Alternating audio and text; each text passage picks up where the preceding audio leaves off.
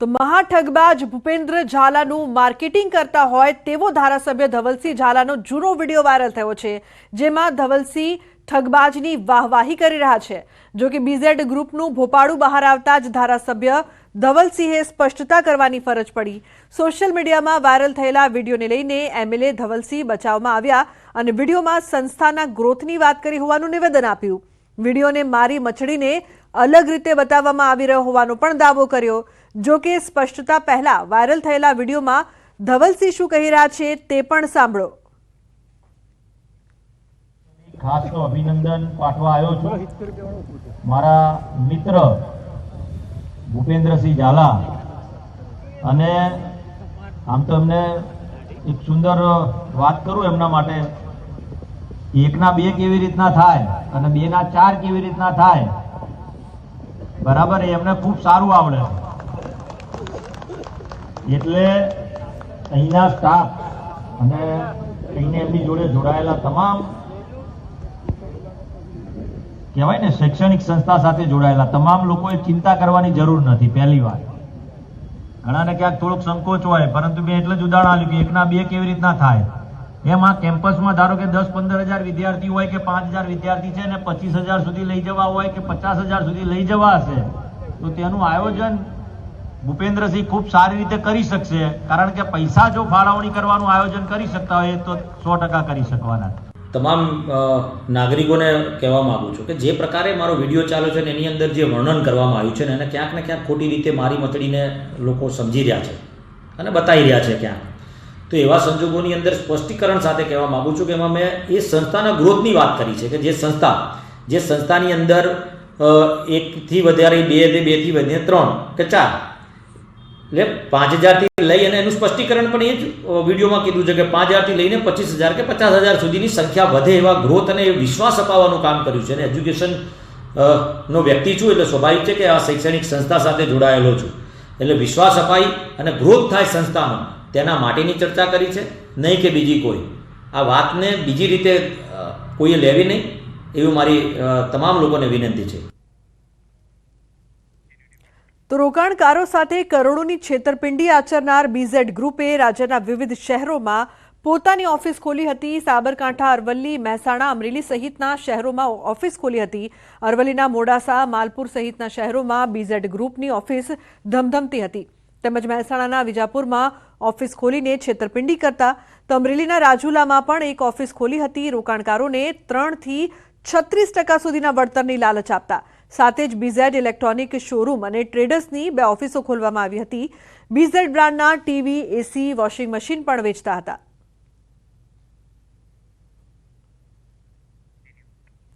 સમગ્ર કૌભાંડનો મુખ્ય આરોપી ભૂપેન્દ્રસિંહ ઝાલાની હાલ શોધખોળ ચાલી રહી છે।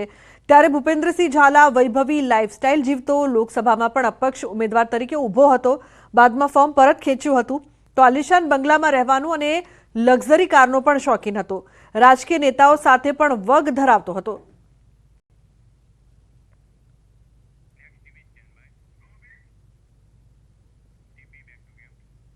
અન્ય સમાચાર, અમદાવાદથી સાયબર ક્રાઇમને મળી છે મોટી સફળતા। 1.15 કરોડ ડિજિટલ અરેસ્ટ કેસમાં 5 સકંજામાં આવ્યા છે। બેંક કર્મચારી સહિતના આરોપીઓની ધરપકડ કરવામાં આવી છે। પાર્સલમાં ડ્રગ્સ હોવાનું કહીને પડાવતા હતા પૈસા। પોલીસે બેંક ખાતાઓમાં રૂપિયા સીઝ કર્યા છે।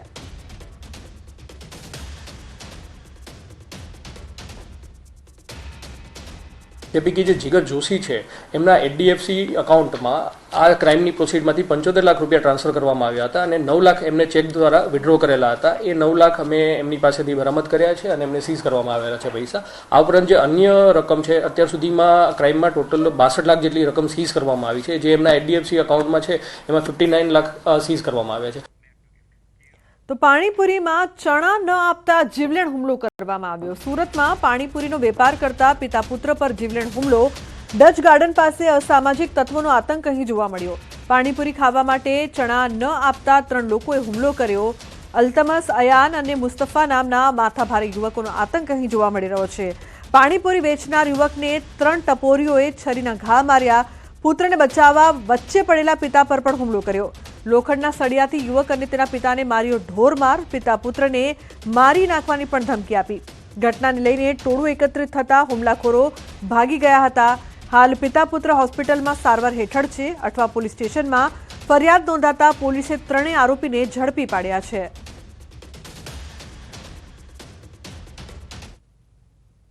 સુરતના અઠવા પોલીસ સ્ટેશનમાં પકડાયેલા 3 આરોપીઓને પોલીસે હત્યાના પ્રયાસના ગુનામાં ધરપકડ કરી છે. ખાસ કરીને ડચ ગાર્ડન ખાતે આવેલી પાણીપુરીની લારી પર આ ત્રણેય વિષમો પાણીપુરી ખાવા ગયા હતા અને પાણીપુરી વેચનાર પાસે ચણાની માંગણી કરી હતી ને તેને ચણા આપવાની ના કહેતાની સાથે જ આ ત્રણેય યુવાનો ઉશ્કેરાઈ ગયા હતા અને પાણીપુરીના લારીના માલિક ઉપર જીવલેણ ચપ્પુ વડે હુમલો કરી દીધો હતો. જો કે આ સમગ્ર ઘટનામાં પાણીપુરીની લારીના જે માલિક છે તેના પિતા વચ્ચે આવી જતા તેને પણ લોખંડના સળિયા વડે માર મારવામાં આવ્યો હતો. એટલે કે પિતા પુત્ર પર જીવલેણ હુમલો કરવામાં આવ્યો હતો અને ઘટનાની જાણ થતાં સ્થાનિક લોકો દોડી આવતા ત્રણેય આરોપીઓ ભાગી છૂટ્યા હતા. જોકે પોલીસે ગણતરીના કલાકોમાં આરોપીને ઝડપી પાડવામાં સફળતા મળી હતી. ખાસ કરીને નાની નાની બાબતે ઉશ્કેરાઈ જઈ સુરતમાં હત્યા અને હત્યાના પ્રયાસની ઘટનાઓ બની રહી છે, ત્યારે વધુ એક ઘટના સામે આવી છે. છેલ્લા 4 દિવસમાં 4 હત્યા અને 5મા દિવસે કહી શકાય કે હત્યાના પ્રયાસના ગુનામાં અઠવા પોલીસે 3 લોકોની ધરપકડ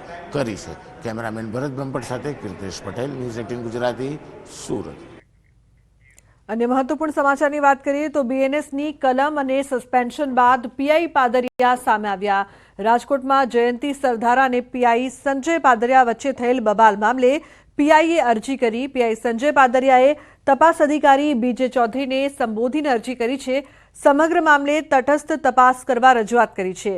તેના સામે નોંધવામાં આવેલ ફરિયાદ અન્વયે તટસ્થ તપાસ કરવાની માંગ કરી છે. બીએનએસની કલમ 109 મુજબ પ્રથમ દ્રષ્ટિએ તત્વો પુરવાર થતા નથી. પાદરિયાએ રજૂઆતમાં કહ્યું કે હથિયારના કુંદા મારીને જાનથી મારી નાખવાની ધમકી આપવાની હોવાની વાત તદ્દન ખોટી છે.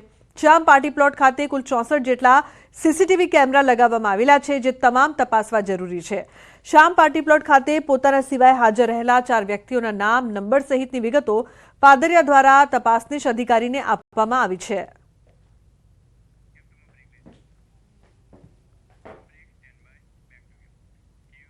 સમાચારનો પ્રવાહ યથાવત રહેશે. હાલ રોકાઈશું એક બ્રેક માટે. આપ જોતા રહો ન્યૂઝ 18 ગુજરાતી.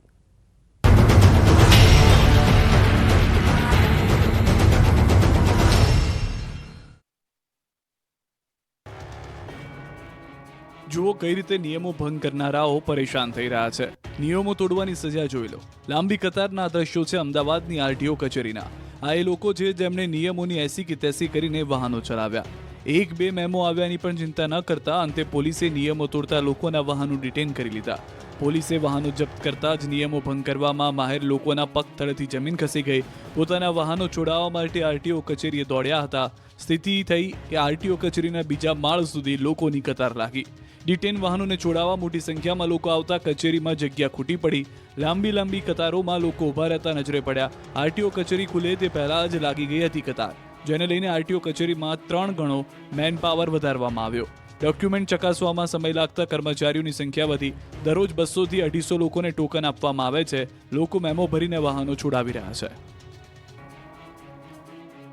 દિવાળી પછી એલિસ બ્રિજ અને કાગડાપીઠ વિસ્તારમાં 72 કલાકમાં બનેલી હત્યાની 2 ઘટનાના પગલે શહેર પોલીસ એલર્ટ મોડ પર આવી ગઈ છે, જેના ભાગરૂપે પોલીસ છેલ્લા 5 દિવસથી રોજ રાત્રે કોમ્બિંગ કરી રહી છે. ગૃહ રાજ્યમંત્રી હર્ષ સંઘવીએ અમદાવાદ શહેર પોલીસની ટીમને ગાંધીનગર બોલાવીને કથળેલી કાયદા અને વ્યવસ્થાની પરિસ્થિતિ અંગે ઠપકો આપ્યા બાદ જાગેલી પોલીસે હવે નિર્દોષોને પણ દંડ ફટકારવાનું શરૂ કર્યું છે. સમગ્ર શહેર પોલીસે ધાડે ધાડા ઉતારી તો દીધા, પરંતુ કોઈ રીઢો ગુનેગાર ન પકડાતા વાહન ચાલકો પર તવાઈ બોલાવી. શહેરભરમાં સાંજે 7 વાગ્યાથી સવારે 7 વાગ્યા સુધી કોમ્બિંગ કર્યું. ઠેર ઠેર ગોઠવાયેલી નાકાબંધીમાં પોલીસે 21,223 વાહન ચેક કર્યા, જેમાંથી 1750 વાહન ડિટેન કરવામાં આવ્યા, જ્યારે 1685 વાહનો ચાલક પાસેથી 12,82,000 રૂપિયાનો દંડ વસૂલ કરવામાં આવ્યો. સાથે ટ્રાફિક નિયમોનો ભંગ કરનાર વાહન ચાલકો વિરુદ્ધ 403 મેમો ઇસ્યુ કરાયા. મોટર વ્હીકલ એક્ટ અંતર્ગત 13 કેસ કરાયા. તો આ તરફ કારના કાચ પર લગાવેલી બ્લેક ફિલ્મ સ્થળ પર જ હટાવવામાં આવી. કોમ્બિંગ દરમિયાન પોલીસે દારૂ પીને ફરી રહેલા 470 લોકોની ધરપકડ કરી, જ્યારે તલવાર, ધારિયા, ગુપ્તી, ચપ્પા, ચારા જેવા હથિયાર સાથે 200 લોકોને ઝડપી પાડ્યા છે. છેલ્લા 5 દિવસથી કોમ્બિંગના બહાને ચાલી રહેલા ચેકિંગથી શહેરીજનો ત્રાહિમામ પોકારી ગયા હોવાની ફરિયાદો ઉઠી છે. આ દ્રશ્યો અમદાવાદના છે, જ્યાં મહાનગરપાલિકાની કચેરીએ જન્મ પ્રમાણપત્રમાં સુધારા કરવા માટે લાંબી લાઈનો લાગી છે. બાળકનું આધાર કાર્ડ કઢાવવા માટે જન્મ પ્રમાણપત્રમાં નામ એક સાથે લખેલું હોવું જોઈએ.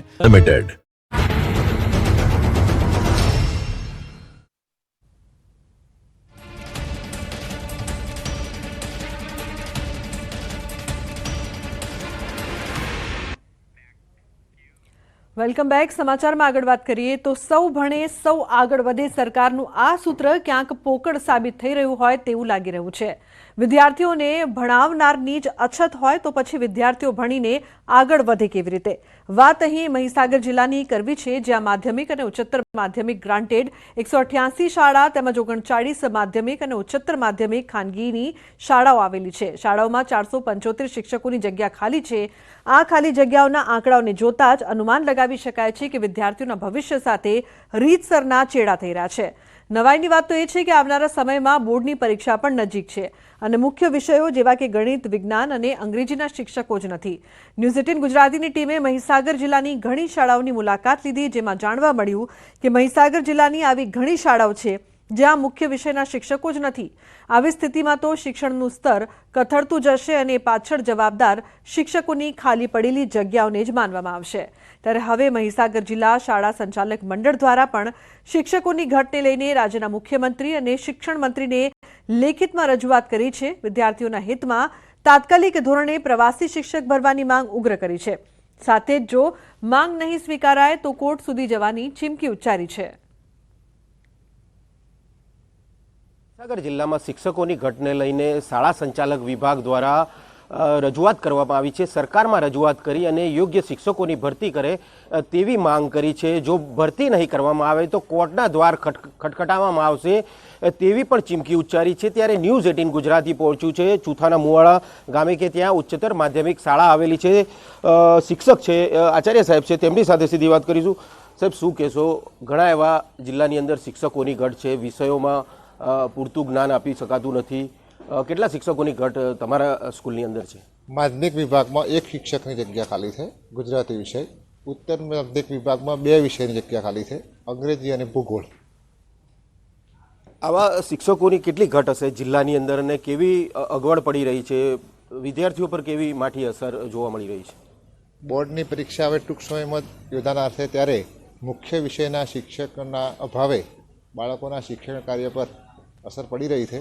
સરકારશ્રી આ અંગે ચોક્કસ નીતિ લાવી પ્રવાસી શિક્ષકની જે યોજના હતી એ પ્રમાણે કોઈક આયોજન ગોઠવે તો બાળકોને યોગ્ય ન્યાય આપી શકાય. પ્રવીણ વિદ્યાલય ચુથાના મોડામાં માધ્યમિક વિભાગમાં 1 જગ્યા ગુજરાતીની ખાલી છે અને હાયર સેકન્ડરી ઉચ્ચતર વિભાગમાં 2 જગ્યાઓ ખાલી છે. એમાં એક અંગ્રેજી વિષય અને બીજો ભૂગોળ વિષયની જગ્યા ખાલી છે. અત્યાર સુધીમાં એ વિષયોની ભરતી થઈ નથી. આવા મુખ્ય વિષયોની જો ઘટ હોય શિક્ષકોની તો બાળકોના શિક્ષણ પર બહુ માઠી અસર પડે છે અને એ પૂરતું જ્ઞાન એમને મળી શકતું નથી. એટલે સરકારને વિનંતી કે આ વિષય ઘટતું કરે અને બાળકોના હિતમાં નિર્ણય કરે. અંગ્રેજી વિષય મારું માધ્યમિકમાં ભરતી થયેલી છે અને હાયરમાં પણ 11-12ના અંગ્રેજી વિષયના પીરિયડો લેવા પડે છે અને અમે વિદ્યાર્થીઓને પૂરેપૂરો ન્યાય આપવાનો તો પ્રયત્ન કરીએ જ છીએ, પણ કાર્યભાર ઘણો જ વધી જાય. મહીસાગર જિલ્લાની સ્કૂલો આવેલી છે, તેમાં મુખ્ય જે વિષય કહી શકાય ગણિત, વિજ્ઞાન અને અંગ્રેજી વિષય કહી શકાય તેવા વિષયોની શિક્ષકોની ઘટ હોવાના કારણે વિદ્યાર્થીઓ પર માઠી અસર પડી રહી છે. બોર્ડની પરીક્ષા આવી રહી છે અને બોર્ડની પરીક્ષામાં શું લખશે તે પણ એક સવાલ અહીંયા જોવા મળી રહ્યો છે. જેથી કરીને જલ્દીથી જલ્દી જે શિક્ષકો છે તેમની ભરતી કરવામાં આવે તેવી માંગ અહીંના શાળા સંચાલક દ્વારા કરવામાં આવી રહી છે. ત્યારે હવે ક્યારે શિક્ષકોની ભરતી કરવામાં આવે છે તે જોવું રહ્યું. મિતેશ ભાટિયા, ન્યૂઝ 18 ગુજરાતી, મહીસાગર. વહેલામાં વહેલી તકે શિક્ષકોની ભરતી થાય અને માટે છેવટે પ્રવાસી શિક્ષકો, આમ તો પ્રવાસી શબ્દ બરાબર નથી, કાયમી ભરતી હોવી જોઈએ, છતાં પણ પ્રવાસી શિક્ષકો મૂકીને પણ આ શિક્ષકોનું આ વિદ્યાર્થીઓનું હિત ના જોખમાય એને માટે સરકારશ્રીને વિનંતી કરીએ છીએ. તો એક તરફ સરકાર આદિવાસી બાળકોના શિક્ષણની ચિંતાના મોટા દાવા કરી રહી છે, ત્યારે આ દ્રશ્યો આ દાવાને પોકળ સાબિત કરી રહ્યા છે. વાત છે છોટાઉદેપુરના નસવાડી તાલુકાના અંતરિયાળ ગામોની, જ્યાં ખોડિયા ગામે પ્રાથમિક શાળાની દયનીય હાલત છે. બાળકોને ભણવા માટે પૂરતા ઓરડા પણ નથી, છતના પતરા પણ ઉડી ગયા છે, જેથી બાળકો પણ ભયના ઓથાર નીચે અભ્યાસ કરી રહ્યા છે. એટલું જ નહીં, શાળામાં એક જ મહિલા શિક્ષક છે જે 1 થી 5 ધોરણના તમામ બાળકોને ભણાવે છે અને એ પણ 1-2 મહિના નહીં, પરંતુ છેલ્લા 1 વર્ષથી એક જ શિક્ષક તમામ બાળકોને અભ્યાસ કરાવે છે. બાળકો પર પૂરતું ધ્યાન પણ નથી આપી શકાતું. ગરીબ આદિવાસી બાળકો સાથે જાણે અન્યાય થતો હોય તેવું લાગી રહ્યું છે. શાળામાં એકલી જ છું. એક બેન હતા, જ્યારે હું અહીં આવી એટલે છૂટા થઈને જતા રહ્યા. અને બાળકોની સંખ્યા બાલવાટિકાથી ધોરણ 5 સુધીની સંખ્યા લગભગ 45 છે. એટલે હું એકલી હોવાને કારણે અત્યારે છોકરાઓને પૂરતો ન્યાય આપી શકતી નહીં.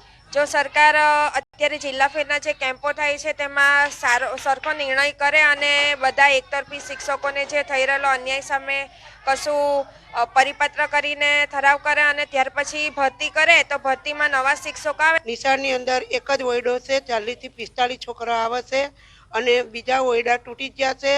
કેટલી વારંવાર રજૂઆત કરી છે પણ આજ સુધી આની કોઈ તકેદારી લીધી નથી.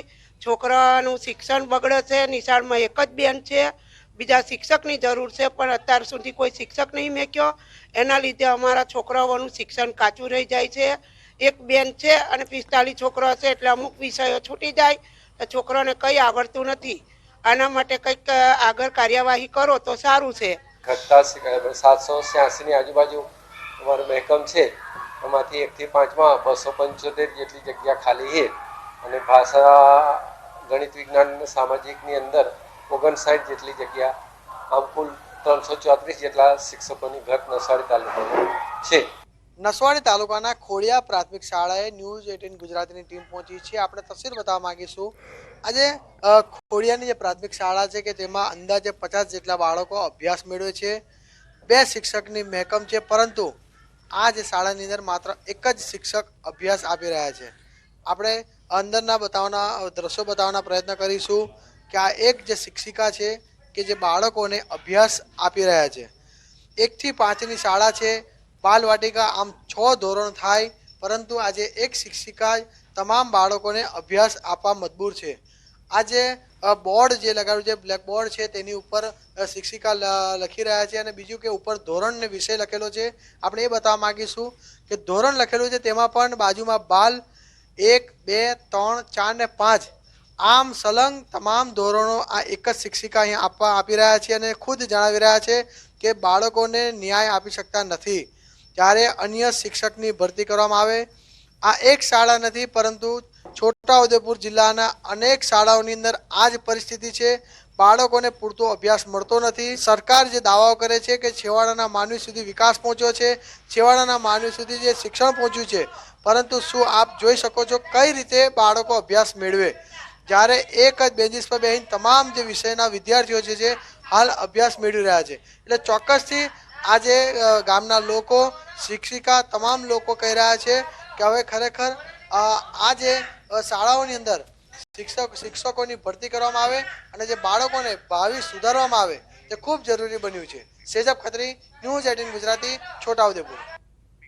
તો ભણશે ગુજરાત, આગળ વધશે ગુજરાત, પરંતુ વિદ્યાર્થીઓને ભણાવનાર શિક્ષકોની જો ઘટ હશે તો કઈ રીતે આગળ વધશે ગુજરાત? ન્યૂઝ 18 ગુજરાતીએ શિક્ષકોની ઘટ વિશે વધુ માહિતી એકત્રિત કરવા પંચમહાલ જિલ્લાના શાળાઓની મુલાકાત લીધી. ભણતર માટે અમે કાળજી રાખીએ પણ શાળાની અંદર પૂરેપૂરા શિક્ષકો નથી અને આવી રીતે લગભગ તમામ શાળાઓમાં આખા તાલુકા લેવલે, જિલ્લા લેવલનો આ જ પ્રશ્ન છે.